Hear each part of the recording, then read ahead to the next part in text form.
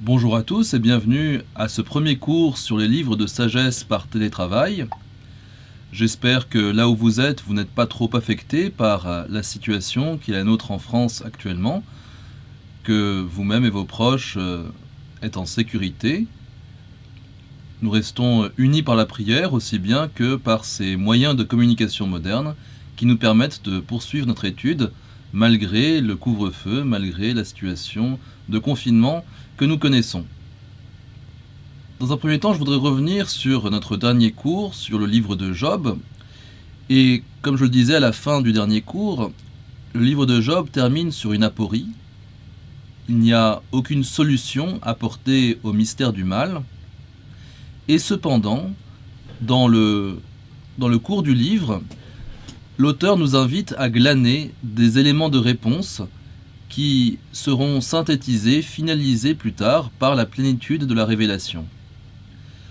Et comme je le disais, saint Grégoire le Grand nous donne la réponse chrétienne au mystère du mal à partir du livre de Job, dans son commentaire de ce livre, les Moralia in Job. Et je voudrais répéter cette conclusion de saint Grégoire, puisque nous pouvons la faire nôtre, particulièrement dans la situation que nous vivons. La réponse chrétienne au mystère du mal, c'est de nous unir dans nos souffrances au mystère du Christ. Toutes les situations pénibles ou désagréables que nous connaissons, nous pouvons les associer aux souffrances que le Christ a connues sur la croix, et ces souffrances débouchent sur la résurrection. Et c'est les prémices de cela que nous lisons dans le livre de Job, au chapitre 19. Je sais que mon Rédempteur est vivant, et de mes yeux de chair je verrai Dieu. Il était prévu que nous commencions aujourd'hui une nouvelle série de 3 cours sur le second livre du corpus sapientiel, le livre des Proverbes de Salomon. Ce livre, selon la désignation hébraïque, c'est le livre Mishlei Shlomo, le livre des Proverbes de Salomon, qui est le second du corpus des Sifrei Emet, selon l'acronyme dont nous avons déjà parlé. Iyov, Meshalim, Tehilim. Le livre des Proverbes de Salomon, bien sûr, est attribué à Salomon de façon symbolique. Il est constitué de plusieurs sections, et dans ce premier cours, c'est la section la plus ancienne, le noyau originel autour duquel le reste s'est aggloméré, que nous allons étudier. Cette section ancienne, c'est celle qui va du chapitre 10 au chapitre 29. Et nous voyons que dès le début du chapitre 10, l'attribution à Salomon est énoncée. Chapitre 10, verset 1, Proverbe de Salomon, le fils sage fait la joie de son père, le fils insensé désole sa mère.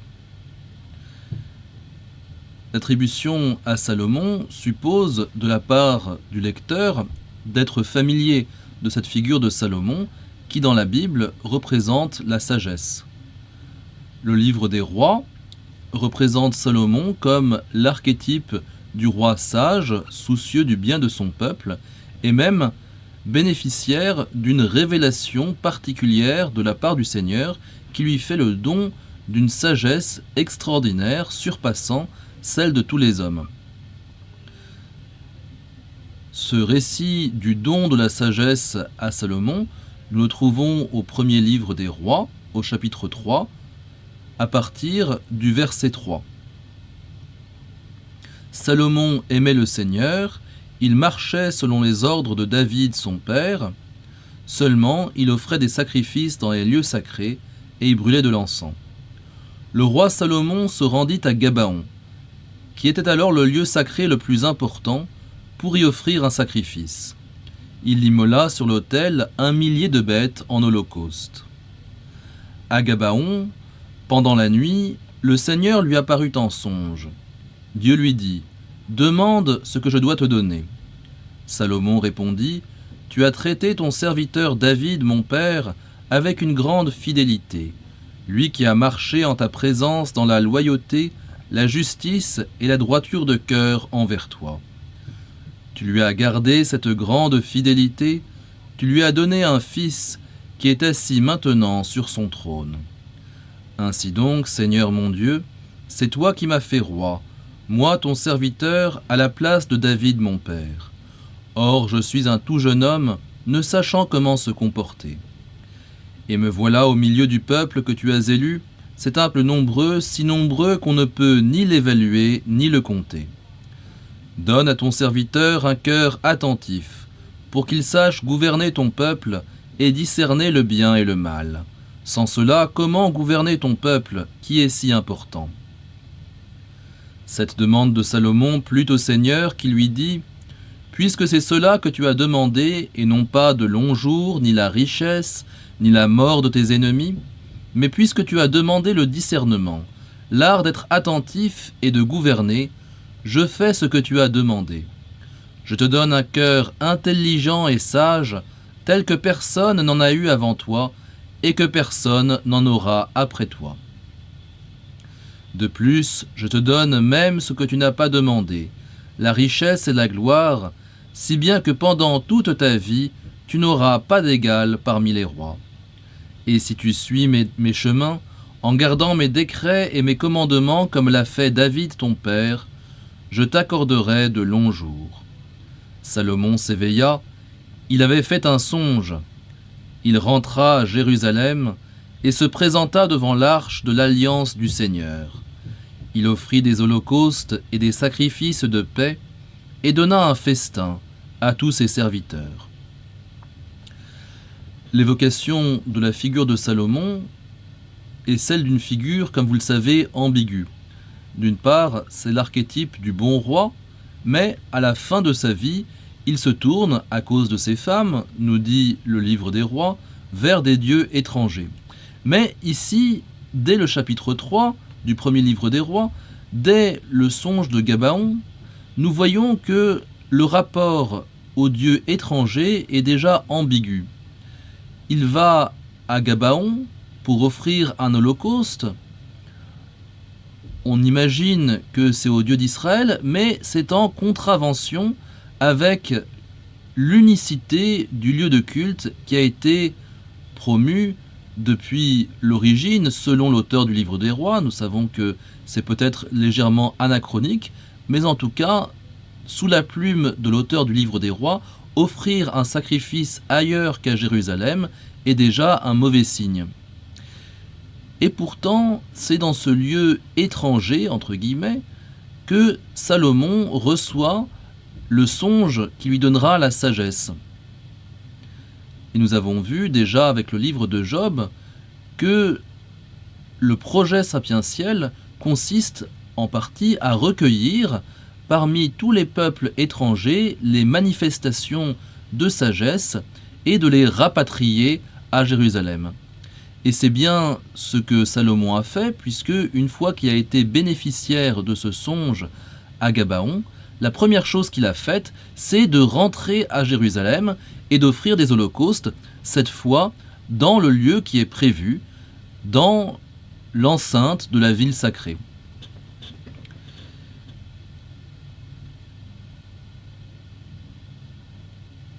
Et le livre des rois, au chapitre suivant, nous détaille les merveilles de la sagesse de Salomon. Au chapitre 5, à partir du verset 10, « Grande était la sagesse de Salomon, plus que la sagesse de tous les fils de l'Orient, plus que toute la sagesse de l'Égypte. » Nous voyons à nouveau que l'Égypte est convoquée avec son corpus d'écrits de sagesse, et la sagesse d'Israël y est comparée à travers la figure de Salomon et trouvée supérieure. Il prononça 3000 proverbes et composa des chants au nombre de 1005. Le livre des proverbes, donc, que nous allons à présent étudier, se présente comme une compilation, une sélection parmi ces 3000 proverbes qui sont attribués à Salomon. Il y a bien moins de 3000 proverbes dans le livre des proverbes, ce qui s'y trouve serait donc comme la fine fleur de celui qui est déjà le maître de sagesse entre tous. Le mot que nous traduisons par proverbe en hébreu, machal, signifie en réalité comparaison. C'est le même mot qui est employé en hébreu moderne pour désigner les paraboles de Jésus dans l'Évangile. Il signifie comparaison, mais il peut aussi désigner un discours de sagesse figurée qui emploie des images et qui s'étend sur plusieurs pages, comme c'est notamment le cas dans les 9 premiers chapitres du livre. Un exemple de la façon dont on glisse du sens de comparaison à celui de proverbe, nous pouvons déjà le trouver en prenant un proverbe dans le corps du livre, Proverbe 25, 16 à 17. « As-tu trouvé du miel? Mange-en à ta faim. Garde-toi de t'engorger, tu le vomirais. Dans la maison du prochain, fais-toi rare, de crainte que, fatigué de toi, il ne te prenne en grippe. » Nous voyons ici comment nous avons un distique, un couple de 2 versets qui se répondent selon un système de parallélisme, comme il est courant dans la poésie hébraïque. Le premier verset donne un élément de la vie quotidienne, le fait de manger du miel à l'excès et d'en être dégoûté. Et le deuxième verset, qui est censé être le parallèle du premier, donne un sens figuré de ce fait de se gorger de quelque chose et d'en être dégoûté. Si on est trop assidu à profiter de l'hospitalité de son voisin, il nous prendra en dégoût comme quelqu'un qui a mangé trop de miel. Le proverbe, le machal, est donc au début une comparaison, mais au fil du temps, il finit par désigner tout énoncé de sagesse, quel qu'il soit. Il gardera toujours néanmoins une connotation d'imagerie populaire, de comparaison inattendue souvent, de métaphores qui apportent un contenu sapientiel à travers des images. Alors comme je le disais au début, le livre des Proverbes est un ensemble composite qui comporte des éléments qui proviennent de différentes époques. Les chapitres 1 à 9 sont tardifs et datent vraisemblablement du début de la période hellénistique, c'est-à-dire à partir de la fin du 4e ou même du début du 3e siècle avant Jésus-Christ. Ils forment un ensemble cohérent qui obéit à des principes de composition très visibles et que nous étudierons plus tard. C'est probablement l'œuvre d'un seul auteur. Il s'agit de discours assez longs et une des pièces centrales que nous aurons le bonheur d'étudier, c'est l'éloge de la sagesse qui apparaît au chapitre 8 et qui est une réécriture de l'éloge de la sagesse au chapitre 28 du livre de Job. La deuxième partie du livre, les chapitres 10 à 29, la section ancienne que nous allons étudier aujourd'hui, au contraire, forment un ensemble extrêmement disparate, dont les principes d'organisation sont beaucoup moins visibles, et qui, ainsi que nous le verrons, emprunte sa matière à un vaste corpus de littérature de sagesse qui va de l'Égypte à la Perse, avec un centre de gravité clairement situé en Mésopotamie. Comme c'est le cœur du livre et sa section la plus ancienne, c'est sur elle que nous nous pencherons en premier. Elle-même se subdivise en plusieurs parties, du verset 10.1 à 22.6. On a un sous-ensemble qui est introduit par le titre « Proverbe de Salomon ». Alors, c'est le recueil qui se présente comme autochtone. On va l'appeler le noyau salomonien. À l'intérieur de la section ancienne, c'est le noyau. De Proverbe 22.17 à 24.22, on a un autre sous-ensemble introduit par le titre « Parole des sages ». Comme on le verra plus loin, l'essentiel de cet ensemble est formé par une compilation de la sagesse égyptienne cette fois. De Proverbe 24-23 à 24-34, on a un bref sous-ensemble introduit par le titre « Autres paroles des sages ». Quant aux chapitres 25 à 29, ils sont introduits par les mots « Voici les autres proverbes de Salomon, que les fonctionnaires du roi Ézéchias de Juda ont copié. Tous ces sous-ensembles sont formés pour l'essentiel de proverbes brefs, d'un seul verset, et qui correspondent davantage à ce que nous, dans notre imaginaire à nous, nous entendons par proverbe.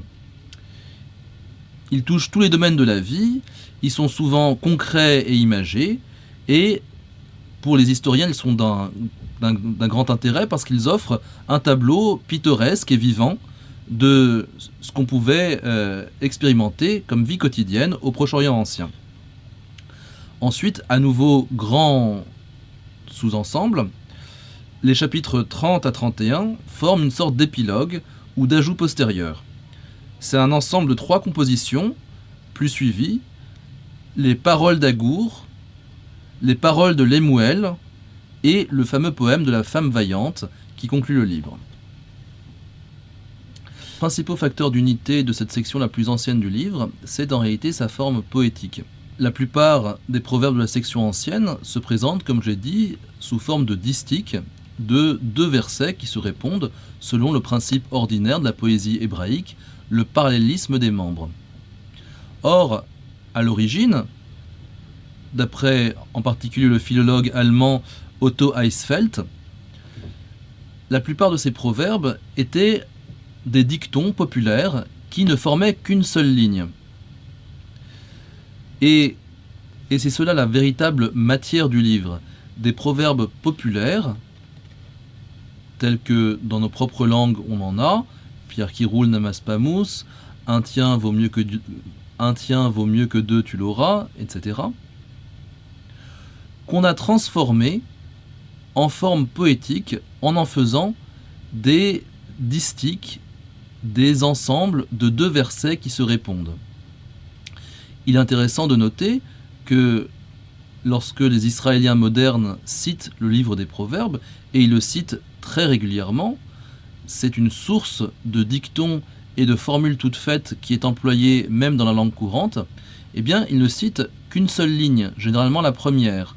C'est cela le vrai noyau, le cœur du proverbe.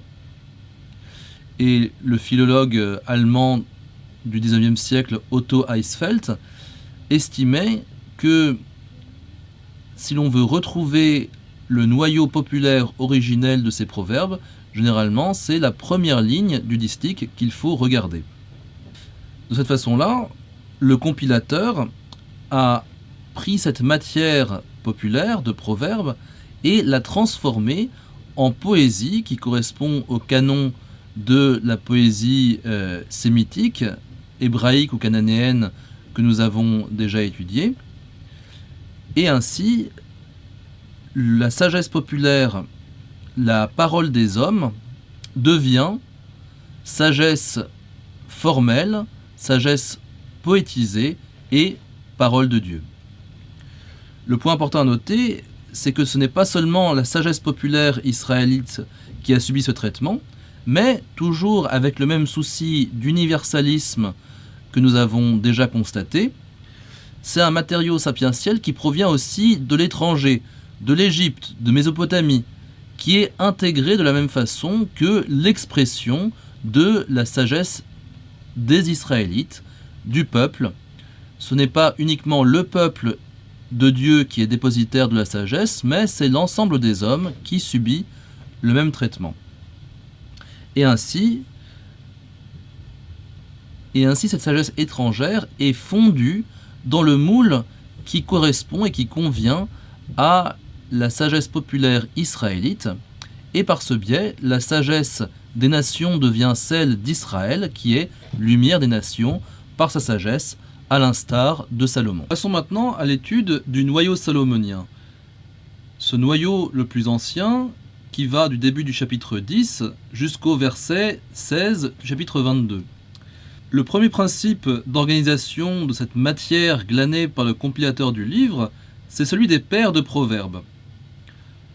Prenons la typologie dressée par un grand spécialiste du livre des proverbes, l'américain Michael Fox, dont nous aurons l'occasion de parler souvent.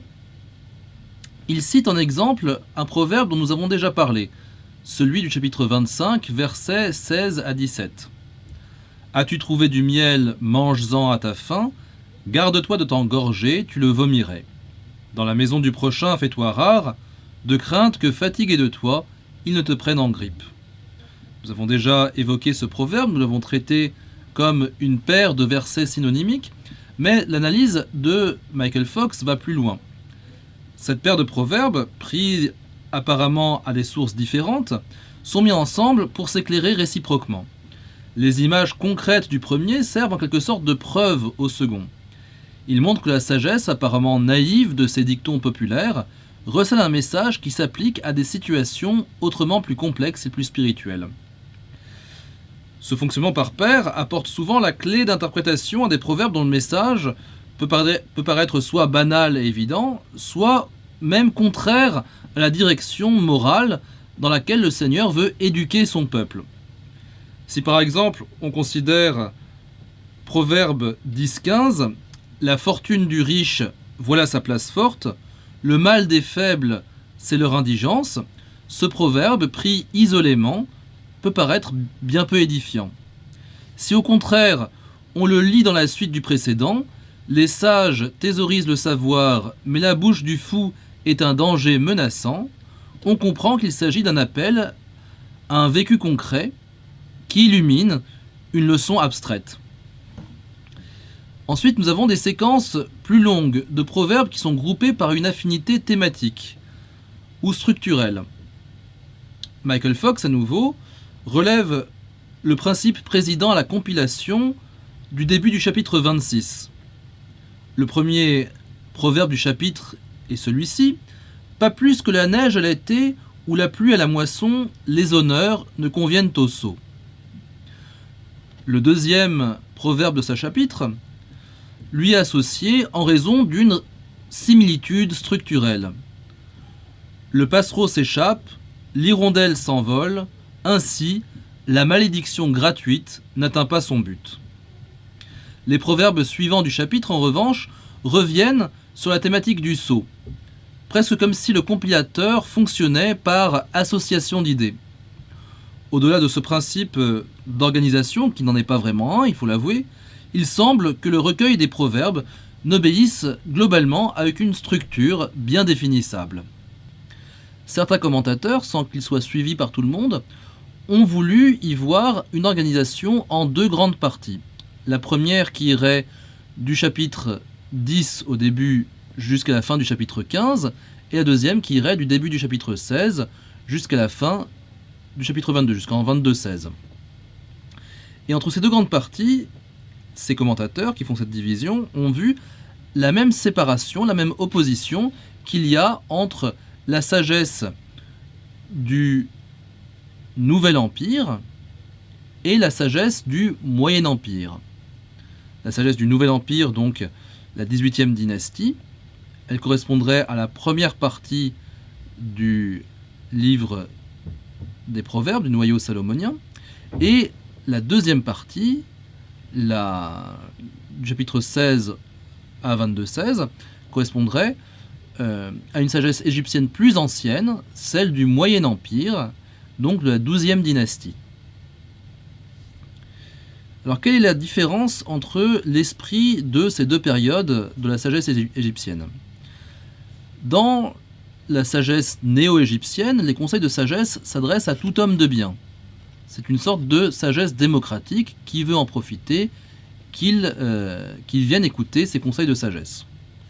Au contraire, dans la sagesse du Moyen Empire, les conseils de sagesse sont adressés surtout au roi, à la personne du roi. Et l'idée est que si le prince, le roi est bien conseillé, eh bien le pays tout entier s'en ressentira favorablement. Je cite un exemple de cette sagesse adressée au prince en Proverbe 16, versets 10 à 13. « L'oracle est sur les lèvres du roi, dans un jugement sa bouche est sans défaillance. La balance et les plateaux justes sont au Seigneur, tous les poids du sac sont son œuvre. Abomination pour les rois, commettre le mal, car sur la justice le trône est établi. Les lèvres justes gagnent la faveur du roi, il aime qui parle avec droiture. » Ce sont les mêmes idées qu'on retrouve dans la sagesse égyptienne de la 12e dynastie, comme par exemple l'instruction pour Méricaré ou les maximes de Ptahhotep. Néanmoins, l'évocation du roi semble surtout limitée à cette section du chapitre 16, versets 10 à 15. Il est intéressant de noter que ces versets, centrés sur la figure du roi, occupent dans la section ancienne, donc le noyau salomonien, les chapitres 10 à 29, ils occupent la place centrale du recueil. Ils sont placés près du centre. Cela peut suggérer pour cette section du livre des Proverbes une composition concentrique, suggérant à peu près l'idée que la justice du roi et sa sagesse se diffusent, un peu comme par osmose, à toute la société. Cette section ancienne serait donc conçue comme une description de la société parfaite, où le roi, recevant sa sagesse du Seigneur, en fait bénéficier tout le pays. Dans ce noyau salomonien, une des thématiques principales est la figure du sage, qui est opposée à celle du sot. La figure du sage, c'est un thème analogue à ceux qu'on trouvait dans la sagesse ancienne, c'est-à-dire ces thématiques qui occupent la première partie du livre des psaumes et contre laquelle s'inscrivait en faux l'auteur du livre de Job. Et c'est dans le livre des Proverbes, en scrutant la figure du sot et son comportement, qu'on peut comprendre par opposition comment le rédacteur de cette section envisage la sagesse et la figure du sage. Tout d'abord, il faut commencer par distinguer dans le vocabulaire du livre des Proverbes le sot, en hébreu sékil, du simple niais, en hébreu péti. Le péti, le niais, se caractérise par un défaut d'intelligence. En Proverbe 14-15, le niais croit tout ce qu'on lui dit. L'homme avisé surveille ses pas. Grâce au parallélisme qui caractérise la poésie hébraïque, on sait que la définition du sot est proche de celle du railleur. En effet, les deux sont traités comme des antonymes du sage. À quoi bon l'argent dans la main d'un sot? À acheter la sagesse, il n'y a pas le cœur. Le railleur n'aime pas qu'on le reprenne, avec les sages, il ne va guère. Le railleur comme le sot se caractérisent par leur défaut de savoir. Je cite, le railleur poursuit la sagesse, mais en vain. À l'homme intelligent, le savoir est chose aisée. Écarte-toi du sot, tu ignorerais les lèvres pleines de savoir. Proverbe 14, versets 6 et 7. Dans son traitement de la sottise, le rédacteur du livre part du postulat qui est qualifié par Michael Fox, dont j'ai parlé, de socratique. Et ce postulat, c'est que la sagesse peut être matière d'enseignement. Le sot, comme le railleur, est celui qui met en péril la cohésion sociale en refusant d'apprendre l'art de vivre en harmonie au sein de la cité. Et je cite, « Les lèvres du sot vont au procès et sa bouche appelle les coups. » Cette figure de sot, on la trouve beaucoup au chapitre 17 et 18 du livre des Proverbes. Et ces chapitres ont un caractère politique assez fortement marqué. Et dans cette opposition entre la figure du sot et la figure du sage, on est donc, encore une fois, très nettement dans le paradigme de l'ancienne sagesse. Passons maintenant à la section suivante, Proverbes 22-17 à 23-11, ce qu'on appelle le recueil égyptien. C'est à partir de 1922 que l'attention de la communauté scientifique a été attirée par le grand égyptologue Wallis Budge sur le papyrus British Museum 10474, qui contient un texte dont nous avons depuis découvert plusieurs autres copies. Il s'agit de l'enseignement d'Amenémopé. La dernière édition en date est due à Don Lenné, dont j'ai moi-même suivi des cours à l'Institut biblique pontifical. Ce texte est écrit en néo-égyptien. C'est la langue du Nouvel Empire égyptien, et donc une langue qui fut parlée et littérairement productive de moins 1350 jusqu'à moins 700 environ. C'est un texte long de 551 lignes qui se présente comme l'œuvre d'un scribe du nom d'Amenémopé, fils de Kanéchet. Ce personnage est inconnu par ailleurs et nous n'avons aucune indication sur la date à laquelle il a pu vivre. s'il s'agit bien évidemment d'un personnage qui a réellement existé. En revanche, on peut avoir une estimation raisonnable que telle est bien la date approximative de l'œuvre grâce à sa langue, ainsi que grâce aux plus anciens témoins du texte. En effet, le papyrus de la British Museum d'10474, c'est le seul qui donne le texte complet, lui il date du 6e siècle avant Jésus-Christ seulement, mais il y a un fragment qui nous est préservé par un ostracon, c'est-à-dire par un bout de poterie avec du texte qui est peint dessus, et cet ostracon date de moins 1000 à moins 900 environ. Donc il est probable que l'enseignement d'Amenémopée date de la fin de la 20e ou du début de la 21e dynastie, c'est-à-dire vers moins 1100. À cette période, donc, comme je vous le disais, on assiste à un modeste renouveau de la littérature de sagesse, appelée Sébaïte, et que l'on traduit communément par instruction ou enseignement. Tandis que la Sébaïte, pendant son âge d'or, qui était donc au Moyen Empire, rappelle notre littérature médiévale des miroirs des princes, c'est une sagesse adressée aux princes pour qu'ils puissent bien gouverner le pays. La sagesse du Nouvel Empire est plus individuelle et plus intérieure, et elle consiste en des conseils pour des personnes privées qui visent à les aider à conduire leur vie de façon raisonnable. On possède relativement peu de textes littéraires en néo-égyptien, car l'usage de cette langue est cantonné à une période bien précise de l'histoire égyptienne, et d'autre part, la langue classique, le moyen égyptien, n'a jamais complètement disparu de la circulation. On ne peut donc pas dire avec beaucoup de précision quelles étaient les caractéristiques de l'enseignement d'Amenémopée qui constituent des originalités absolues. Et quelles sont les caractéristiques qui se seraient retrouvées dans d'autres textes si nous ne les avions pas perdus. Le fait qu'il soit explicitement divisé en chapitres, en revanche, 30 chapitres pour être précis, c'est une exception remarquable et on en verra plus loin l'importance.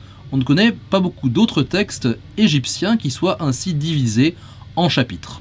Budge a été le premier à publier des extraits de l'enseignement d'Amenémopée et il avait déjà noté des parallèles avec la littérature sapientielle de la Bible. Mais la première étude systématique de ces parallèles est due à un autre grand nom de l'égyptologie qui est Adolf Hermann. Il y relevait une correspondance particulière du contenu de Proverbes 22:17 à 23:11, d'une part, avec des sentences glanées sur toute la longueur de l'enseignement d'Amenémopée d'autre part. Et le rédacteur des Proverbes aurait donc synthétisé sa source en ne gardant qu'une sélection de l'original, tout comme il aurait synthétisé les mythiques proverbes de Salomon au nombre de 3000 pour ne garder que la sélection qui figure actuellement dans le livre des Proverbes. Et on peut dresser un tableau des correspondances qui ne garde par rapport au travail d'Hermann et de l'aîné après lui que les plus indiscutables. En effet, Hermann avait cru retrouver un certain nombre de correspondances qui aujourd'hui semblent un petit peu lointaines ou artificielles, voire complètement imaginaires, mais tout de même, il y a dans ces correspondances certaines qui ne font absolument aucun doute. Et on peut donc dresser le tableau suivant.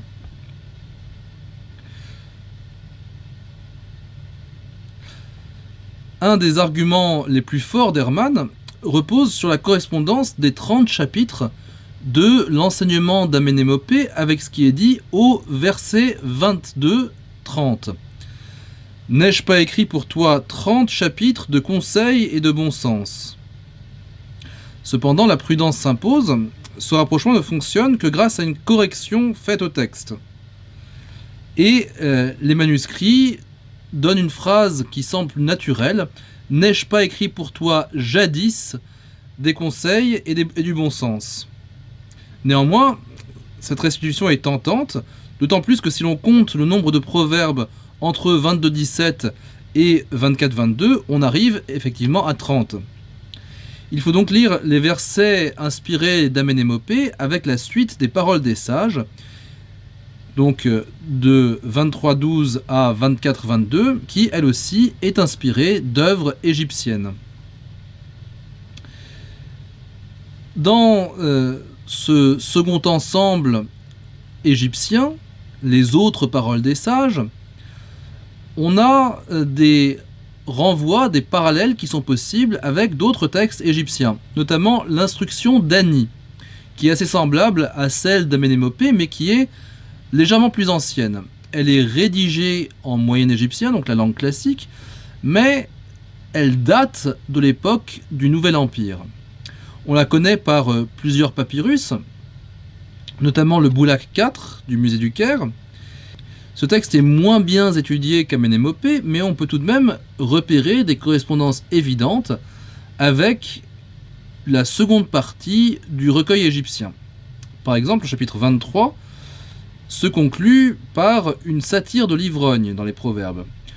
Ne regarde pas le vin comme il est vermeil, comme il brille dans la coupe, comme il coule tout droit. Il finit par mordre comme un serpent, par piquer comme une vipère.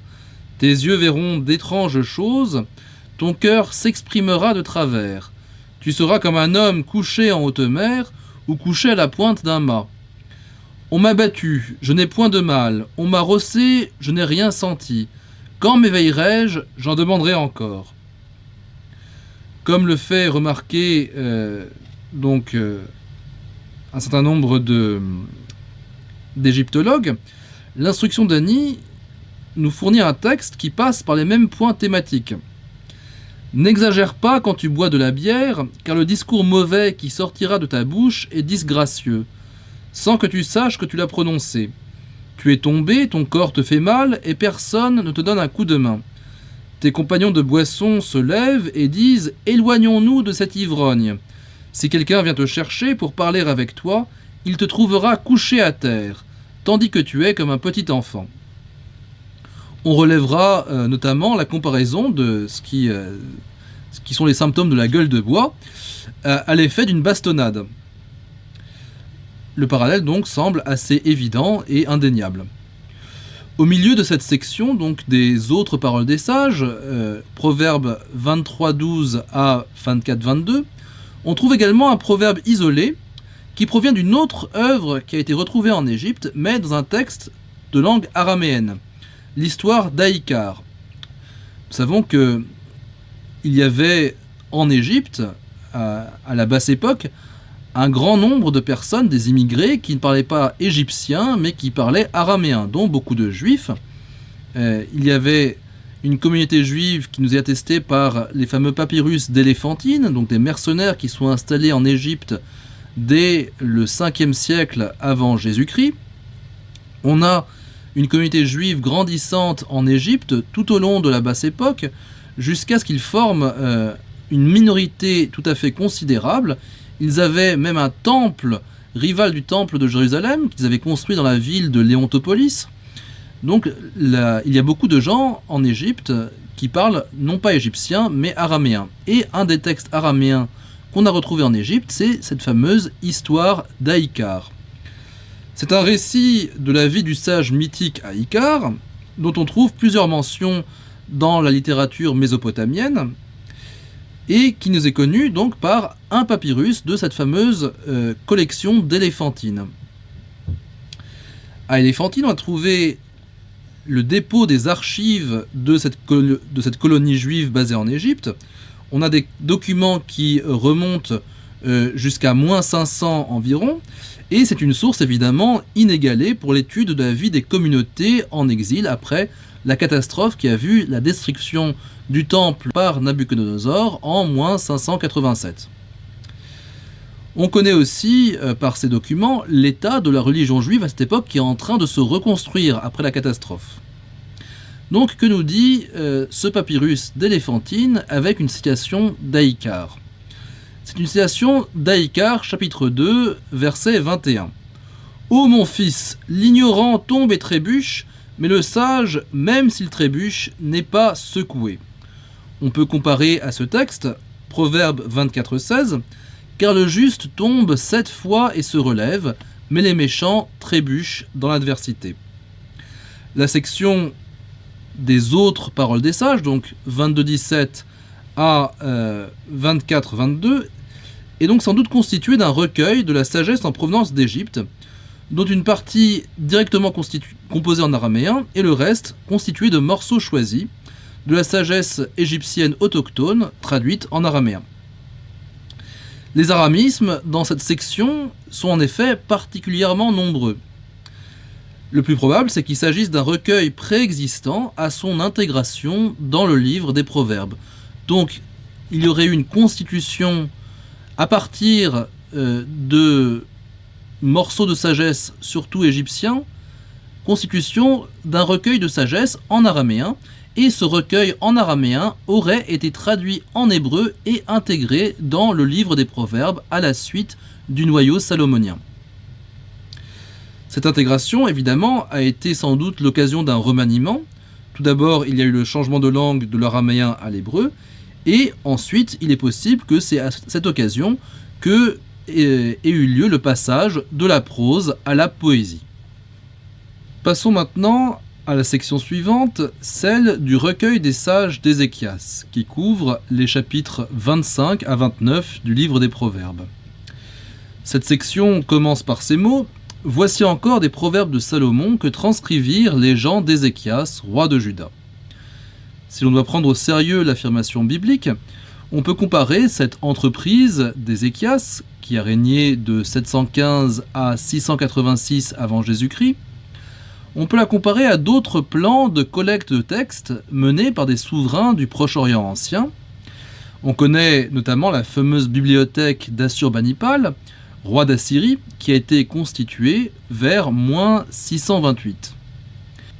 La bibliothèque d'Assurbanipal transcrivait dans la belle écriture assyrienne un grand ensemble de textes de toute l'histoire de la Mésopotamie, et dont notamment l'épopée de Gilgamesh et la légende de Sargon, d'autres grands textes mésopotamiens.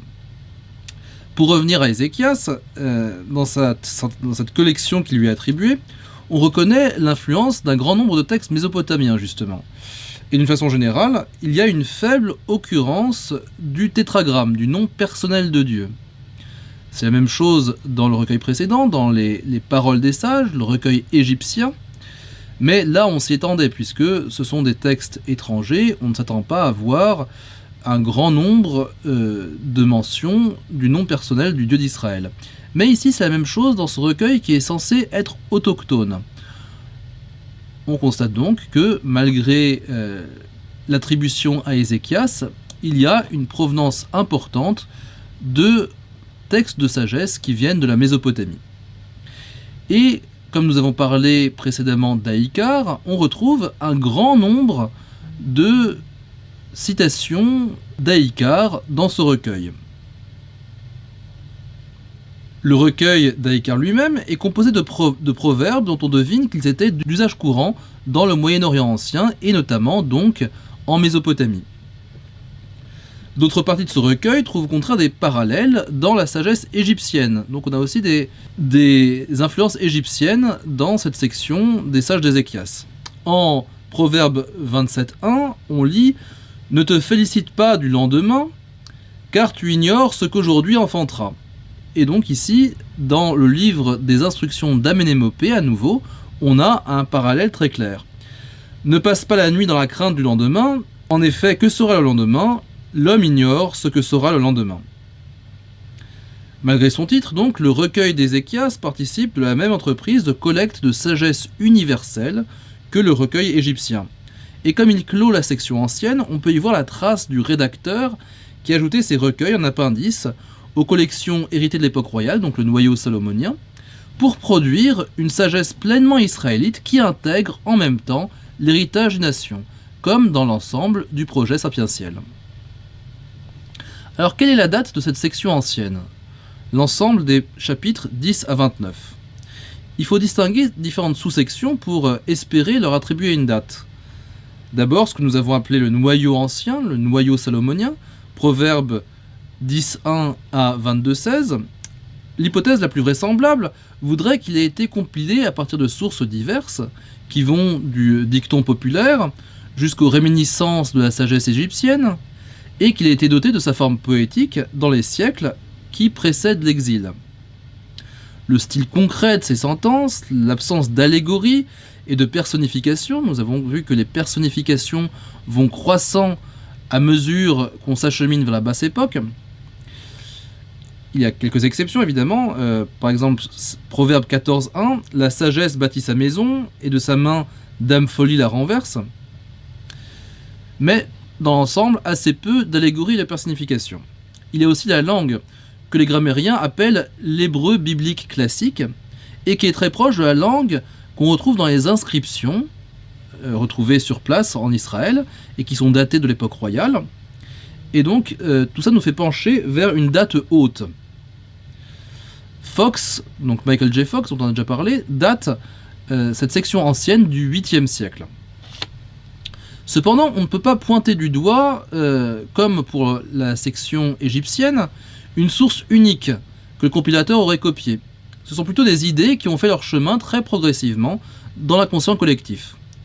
Cette intégration de modèles tirés de la sagesse égyptienne ne semble pas être faite dans le noyau salomonien, contrairement au recueil égyptien, ne semble pas être fait pour montrer qu'Israël absorbe la sagesse de toutes les nations.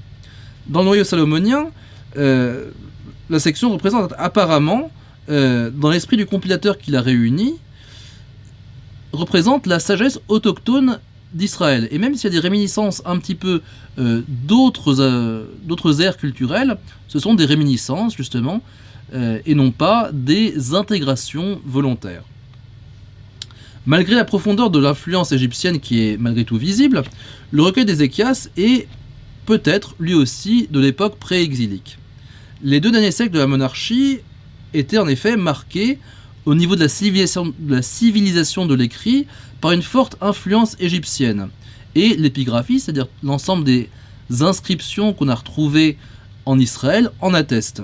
Par exemple, en Israël, les inscriptions de l'époque royale, des 2 derniers siècles de la monarchie, ont toutes, quand il s'agit de noter des chiffres, utilisent le système de chiffres qui est le système de chiffres égyptien.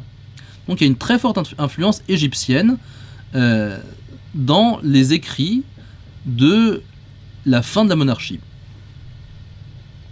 Il faut résister donc à la tentation de faire nécessairement de l'universalisme de son projet une réaction à la catastrophe de l'exil. La vision d'Israël comme lumière des nations et synthèse de la sagesse des peuples va grandir de fait exponentiellement à partir de cette époque, mais cette idée s'est faite déjà sur un terreau préexistant. D'un autre côté, si on part de l'hypothèse que la mise bout à bout des éléments de cette section date de l'époque exilique, sans préjuger de la date du noyau salomonien, le rédacteur aurait pu facilement se procurer l'enseignement d'Amenémopée, qui existait en traduction araméenne, par le biais de la communauté en exil en Égypte. Cela expliquerait notamment le nombre important d'araméismes dans le recueil égyptien. Donc l'assemblage de tous ces recueils préexistants se serait fait à l'époque exilique en Égypte. Enfin, intéressons-nous à la place de la Torah dans cette section ancienne. La datation de l'essentiel de la matière de la section ancienne, donc le noyau salomonien des environs du 8e siècle, expliquerait un point important de la théologie du livre des Proverbes, c'est-à-dire sa surprenante discrétion sur la loi de Moïse, qui au contraire est si centrale dans l'enseignement d'un texte comme le psaume 118 par exemple. Les mots mitzvah, c'est-à-dire commandement, et Torah, c'est-à-dire loi, n'apparaissent qu'une seule fois dans tout le recueil salomonien. Et dans un cas comme dans l'autre, ils sont pris dans une acception qui ne renvoie pas à la Torah de Moïse, à la loi de Moïse, comme c'est le cas ordinairement. Ces occurrences sont donc, pour le mot commandement, mitzvah, l'homme au cœur sage accepte les ordres, l'homme aux lèvres folles va à sa perte. Pour le mot Torah, l'enseignement du sage est source de vie pour éviter les pièges de la mort. Donc ici, le mot Torah est pris dans son sens enseignement et non pas dans son sens de loi. On trouve le terme de Torah dans un sens plus spécifique qu'au chapitre 28 et 29 dans la compilation donc attribuée à Ézéchias. Ces données concordent avec ce que nous savons de la religion d'Israël. La Torah n'a pris une importance centrale dans la religion israélite qu'à la toute fin de la période royale, avec la redécouverte, entre guillemets, par Josias, d'un livre que maintenant on identifie avec le Deutéronome. La rédaction finale du Pentateuque et son élévation au pinacle de l'autorité religieuse sont post-exiliques. Dans le noyau salomonien, on a donc bien une expression de la sagesse ancienne, qui correspond non seulement à l'époque pré-exilique, et qui s'inscrit dans le continuum géographique et temporel des écrits de sagesse qui jalonnent la littérature du Proche-Orient ancien, de l'Égypte à Babylone, mais aussi à l'idéologie de la faction royale, qui est la moins différenciée et la moins particulariste des trois courants religieux de l'Israël pré-exilique, selon la théorie de Morton Smith. Donc il y avait le courant royal, le courant prophétique et le courant sacerdotal. En effet, selon la théorie de Morton Smith, il existait à l'époque monarchique en Israël trois factions principales. La première, sans doute la plus ancienne, c'était la faction prophétique. Elle est représentée par les prophètes de la Bible comme Amos, Osée, Isaïe, et elle est sans doute la plus stricte dans son orthodoxie monothéiste. Pour elle, le plus important, c'était de reconnaître un seul Dieu.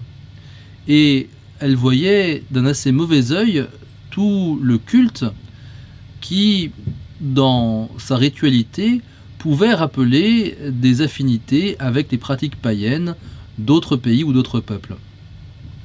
Cette caste prophétique était très différente de la caste des prêtres qui, eux, étaient chargés justement du culte et représentaient dans le pays une sorte d'établissement bien installé du rapport à Dieu. Les prophètes, eux, étaient beaucoup plus anarchiques, beaucoup moins cadrés institutionnellement que cette caste des prêtres.